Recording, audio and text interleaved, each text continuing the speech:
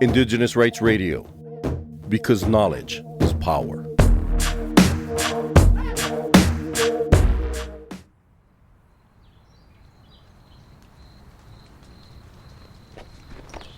Nos encontramos aquí en el santuario. We are here at the sanctuary, located on the northern hill of the sacred hills of Suba. We are to the north of the city of Bogotá. This is our refuge. These are the lands we have always inhabited. This is Jason Triviño Caviativa, governor of the Muisca Indigenous Council of Suba in the city of Bogotá. Since 2022, this young indigenous leader has served as the main authority of this community, which consists of more than 13,000 inhabitants, who despite economic and political violence, have historically resisted the city's expansion in order to preserve their culture, territory, and ancestral traditions. Today, we meet with him on the sacred hill to learn more about the history behind this territory's defense. Nos encontramos aquí en este sitio sagrado. We are here in this sacred place where our temples are located. In these temples, we carry out ritual, spiritual, cultural, territorial, and political activities. And here we have various medicinal plants like tobacco and tijiqui, which is commonly known as borrachero. We have different plants like fique, chusque, calla lilies, and papiuelos. This is a living classroom where we also replicate various plants that can be taken to the streams and sacred sites to create pollinator pathways.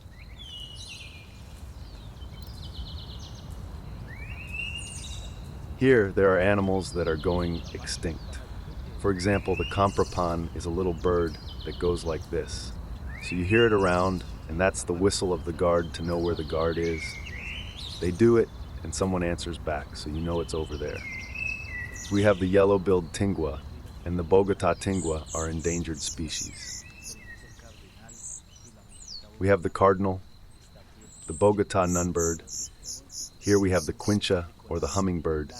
Yes, you see a lot of those with long tails and two long feathers, and you see them everywhere. Very beautiful, very beautiful. We also have the wren here. They nest here and then go to the wetlands to, let's say, start their families. They nest here and then take the little bird over there. And well, there's a lot of water snakes here. Whenever they find water snakes in Suba, they call us or the guards to collect them because they kill them.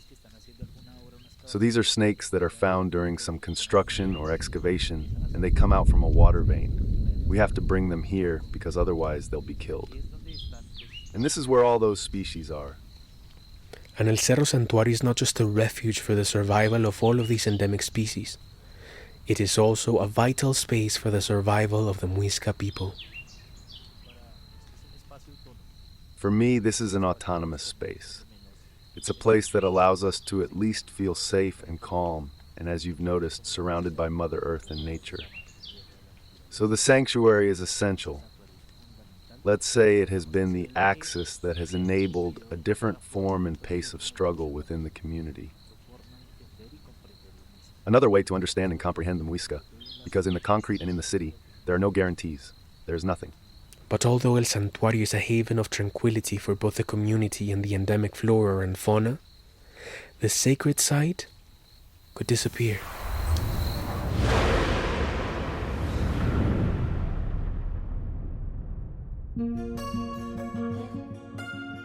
My name is Juan Beltrán, and you are listening to Cerro Santuario, an oasis among the concrete.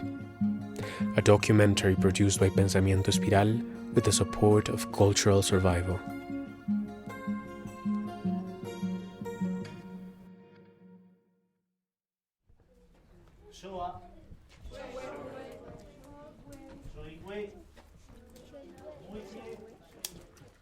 Every Saturday at 9 in the morning, the children and teenagers of the Muisca community of Suba gather at Cerro Santuario to attend the Semillero de Guardia. In this intergenerational space, Muisca children and adolescents meet with their elders to learn about their culture, language, and the importance of defending their territory. Today, we have the opportunity to join this space.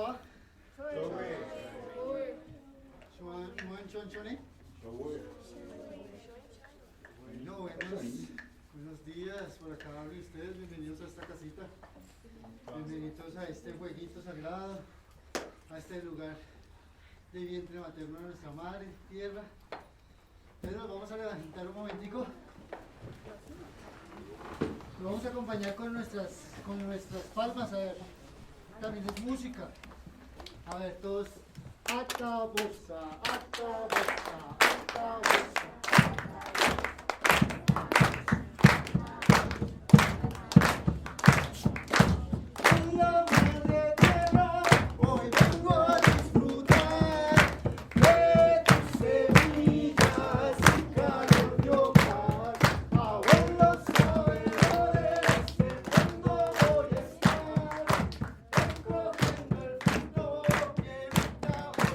When visiting the community and seeing the large number of cultural spaces that stem from it, it is easy to perceive a great sense of unity and strength. However, the state of integration we see today has behind it a long and little known history of resistance.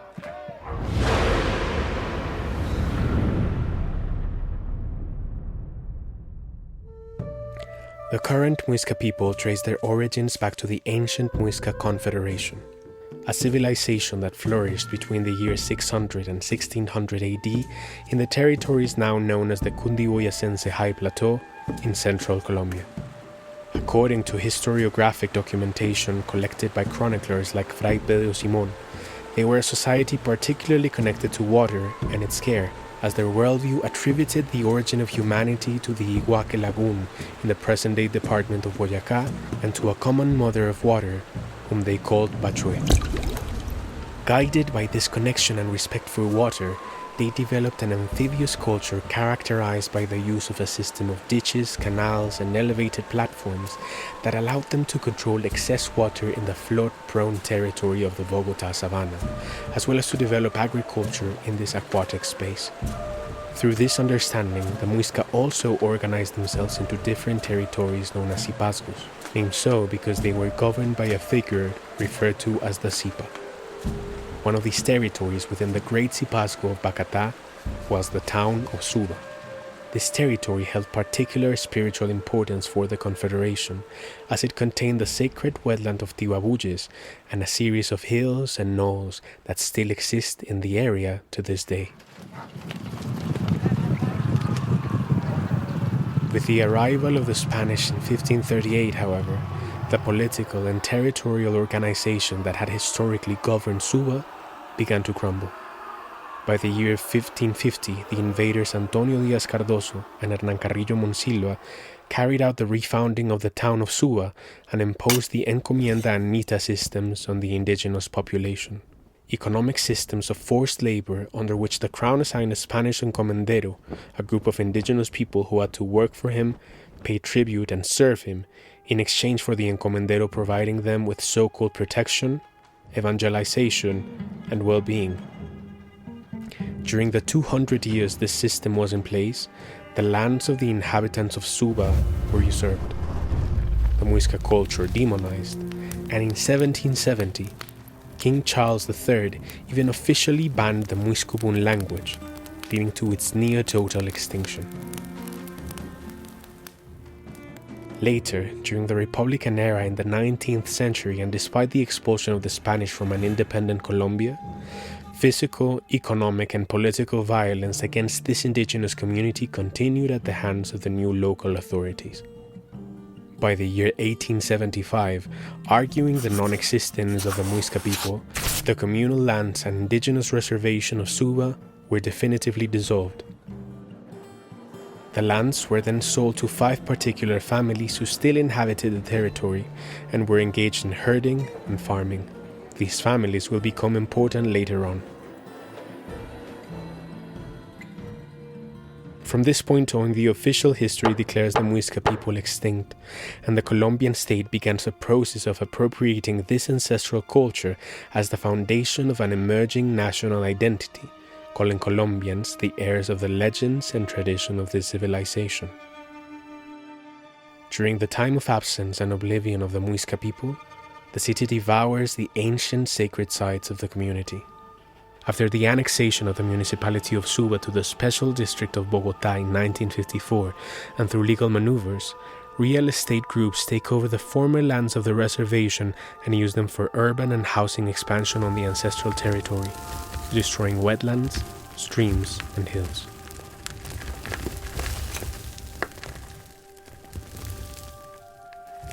In less than 3 decades, the old Suba is buried under the relentless spread of concrete.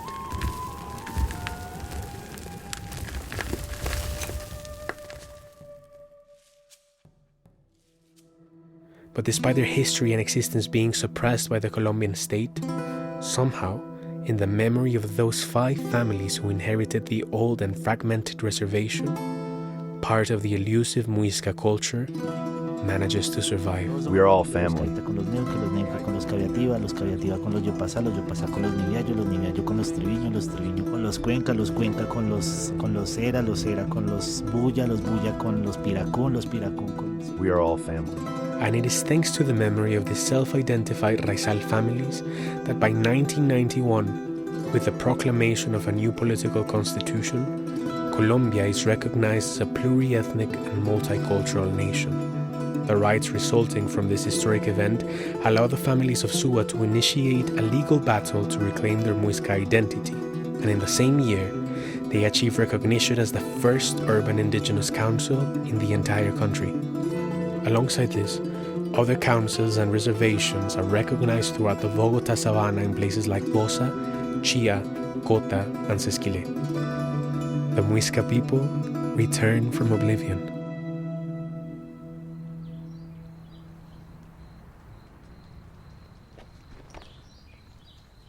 Over time, somehow, and through all the losses and struggles of the community, lands of the so-called Cerro Santuario also managed to survive, becoming the territorial base from which the Muisca begin their process of remembering and rebuilding.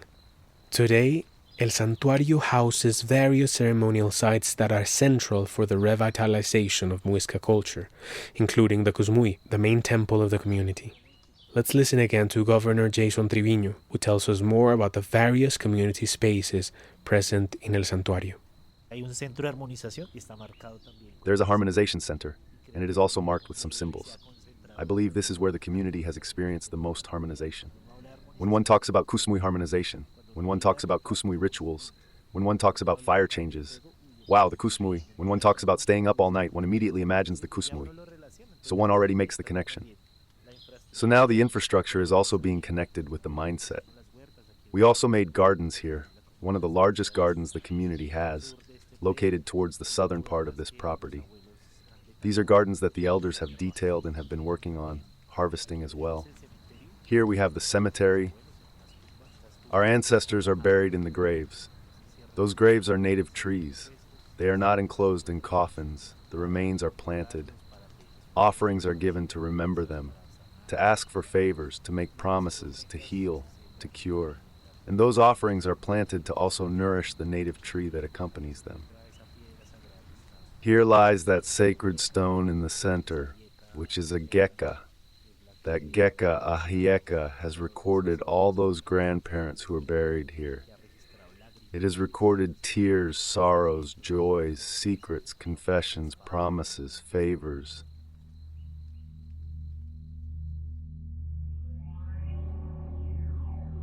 But despite all that has been achieved, the peace that is felt in El Santuario is under a disturbing and constant threat that dates back to the years when the Muisca people were still disbanded and unrecognized.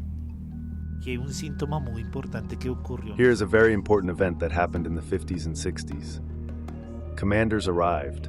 Generals, lieutenants, and majors from the army and police came and took over almost the entire hilltop. Nicolas Reyes was an army commander, and he took land from Mrs. Gregoria Nuque, the grandmother of the Caitas. Here was a man named Alfonso Angel Diaz, and he was also a military officer, closely related to these people here. Over there was also a police lieutenant from that time. So they took over many properties, and because they were the police and the army, the Muiscas didn't get upset because they thought they were safe. But no, they were being robbed of their lands. This belonged to Grandpa Toribio Nibia and was then taken over, and he ended up working for that soldier on his own land. But after the usurpation of the lands, the major problem facing the council is that while the Muisca community currently safeguards these lands, the public officials mentioned by Jason are the ones who hold their property rights. And from this position of power, they have supported the approval of the so-called Decree 576 of 2010, under which the district authorities of Bogotá authorized a partial development plan aimed at advancing the urbanization of the sanctuary's lands. The Sanctuary A is this one. It has 41,000 square meters. And Sanctuary B has 59,000 square meters. These are two sanctuaries, yes, it's a single hill, but divided into two properties.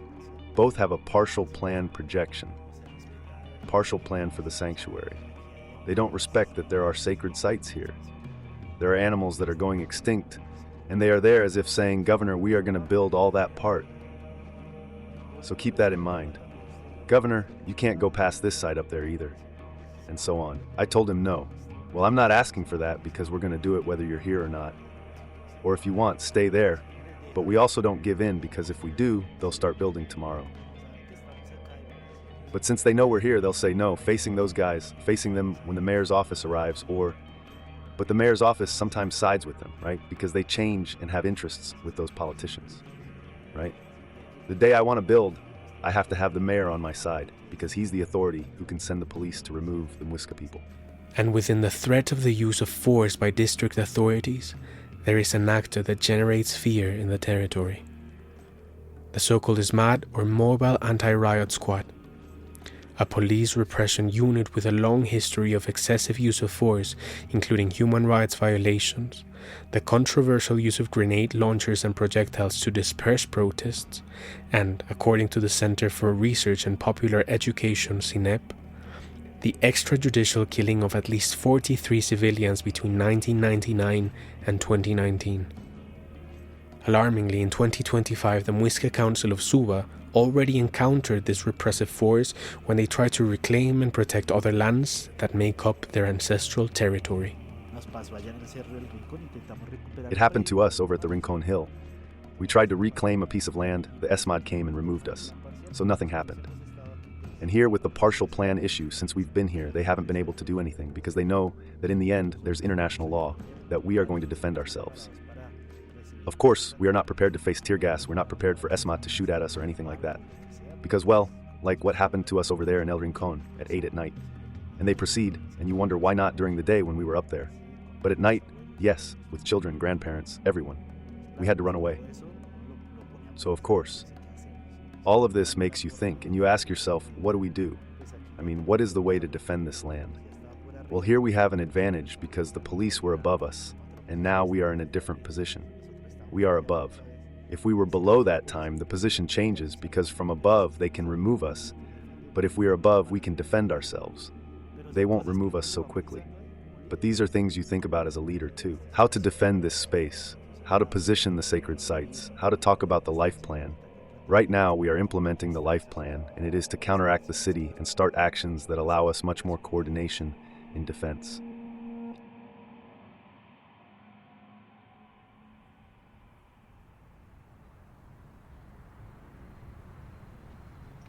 Far from the tensions and fears that rarefy the air, the children of the council fill the santuario with innocence and vitality. With faces full of wonder at the stories of their elders, small hands that caress the earth to greet it, and youthful voices that sing in Muiscubun phrases like Mother Earth, good you are, good you are. The childhoods of the semillero are nourished by the culture, memory, and knowledge of the people. By the time they leave El Santuario, the children's laughter lightens the worry surrounding the hill, making it clear that the greatest hope for the sustained defense of the territory and its sacred sites lies in them. We started this morning and told them, introduce yourselves to the territory, and we closed with, recognize the knowledge. So there are several stages we will have from now on where these children, this seed group that was here today, will be trained until they become guards. And those guards will be the ones who go to the sacred sites to conduct monitoring. They will be taught. That's why we bring them here, so they can also learn what we are defending first. And what is the path? Our process focuses on that, on teaching the children what fique is, what a sangregado is, what an arboloco is, what a tijiki is, so that when we do the monitoring, we know how many native trees we have. So the more people we have detailing, identifying them, doing botany, also doing bird recognition exercises, connecting, the stronger the defense will be. In addition to the educational work they do, the governor talks about the so-called life plan of the council, an arsenal of long-term defense strategies through which they seek to protect the territory, starting with El Cerro Santuario, but also encompassing the protection of the entire network of sacred sites that persist in Suba. Well, the life plan tells us, those who work in the territory, that we must seek the defense of sacred sites. So the life plan tells us that we have to conduct environmental monitoring in the sacred sites, and also under the regulations established by Ramsar, the Ramsar Convention, as well as ILO Convention 169, and what today in Colombia is the Environmental Authority of Indigenous Peoples. So we have been working on this with the Territory Council and the authorities of the guards, and that's what we are doing today. Yes, with great effort, because in the end, no one cares if we do this. We were going to start a monitoring project with USAID, but it turns out that the agreement with USAID fell through because it was supposed to start now in February to conduct monitoring on 250 hectares, which includes all of Tibabulis and the Quebrada de la Salitrosa. That's 250 hectares. We were going to handle the purchase of supplies, items to register the land, the soil acidity, and the water acidity. But now we are left with nothing.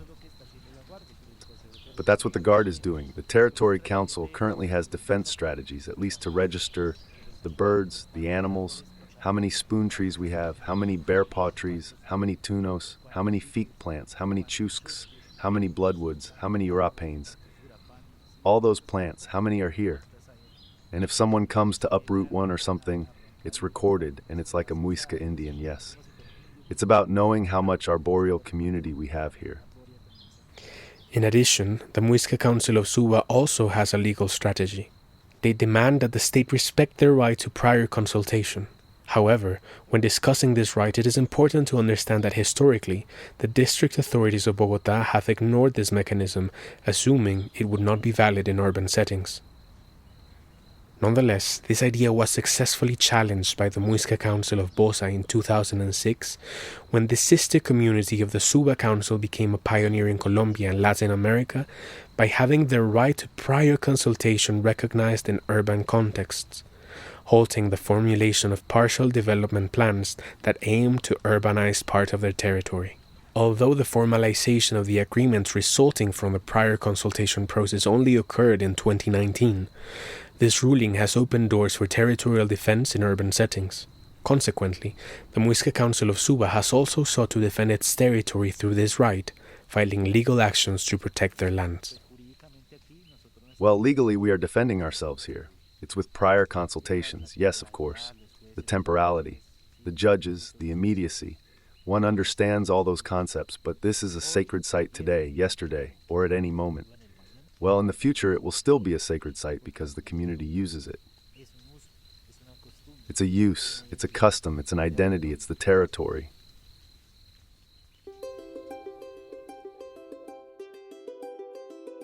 On February 12, 2025, a few days after our visit to El Santuario, Suba woke up to some hopeful news.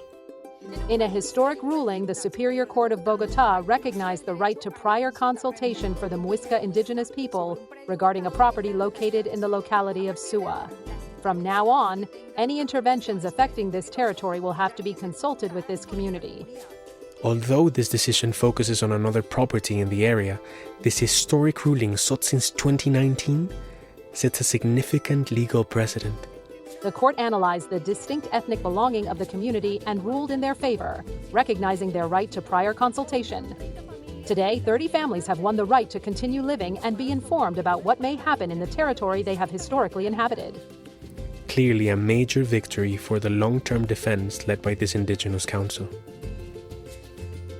But although this new ruling opens more doors and raises more questions for the defense of El Santuario and other sacred sites in Suba, there is still a long way to go for the people of Bogotá to understand the message, worldview, and understanding from which the Muisca people operate to defend their land and water in times of climate crisis. In this regard, Governor Jason leaves some final words for the authorities and citizens of the Colombian capital. The first thing is that there is a law of origin in this territory, not just in Suba, but all over the world. And that is, the earth will move at some point, and that concrete, that investment will fall, and Mother Earth will collect. That much is absolutely clear to us. And today, in the midst of a crisis, as the world is also changing because of us, well, what are we doing ourselves to recover what we have always used, which is the land? And something that cannot go unnoticed is that without water, we are nothing. You could have billions of pesos in your accounts, in your luxurious homes, but a luxurious home without water, how would that look? Are you going to drink the pool water? What water are you going to drink? And during droughts, I feel that the war and civil conflict that will happen soonest is over water. So, who is going to access the water? The one with the most money. Sometimes I even imagine that and think it's going to be very tough. Yes, it's going to be very tough. But we're talking about a near future. We're not talking about 10 or 20 years from now, no. It's closer, 5, 6, 7 years. Because right now the temperature keeps rising. The poles are melting, the magnetic field is fluctuating everywhere because carbon gases are, yes, affecting the ecosystem. And the planet is a living being. It's not dead. It's alive. And sometimes we see it as just exploitation. So let's say that's part of the exercise.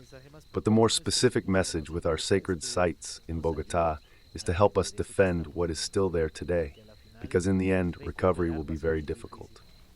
And there are very clear ways to help and support the Muisca Council of Suba. We often look for supplies to collect trash, right? Not trash bags, not black bags, those pollute more. Tarps, yes, boxes that are more, let's say, biodegradable. Gloves and boots, because sometimes we have to go in there without shoes because we don't have boots and socks. To decontaminate the stream or the wetland.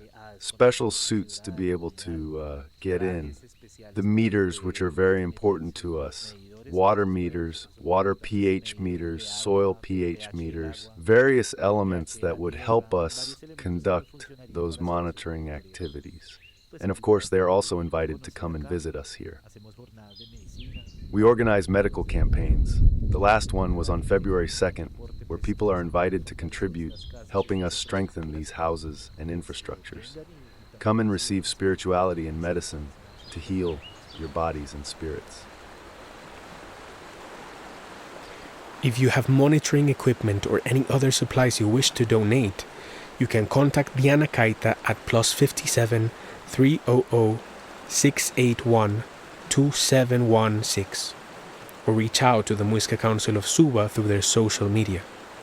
You can find them as at cabildo.muisca.suba on Instagram or on Facebook by searching for the page Cabildo Indígena Muisca Suba.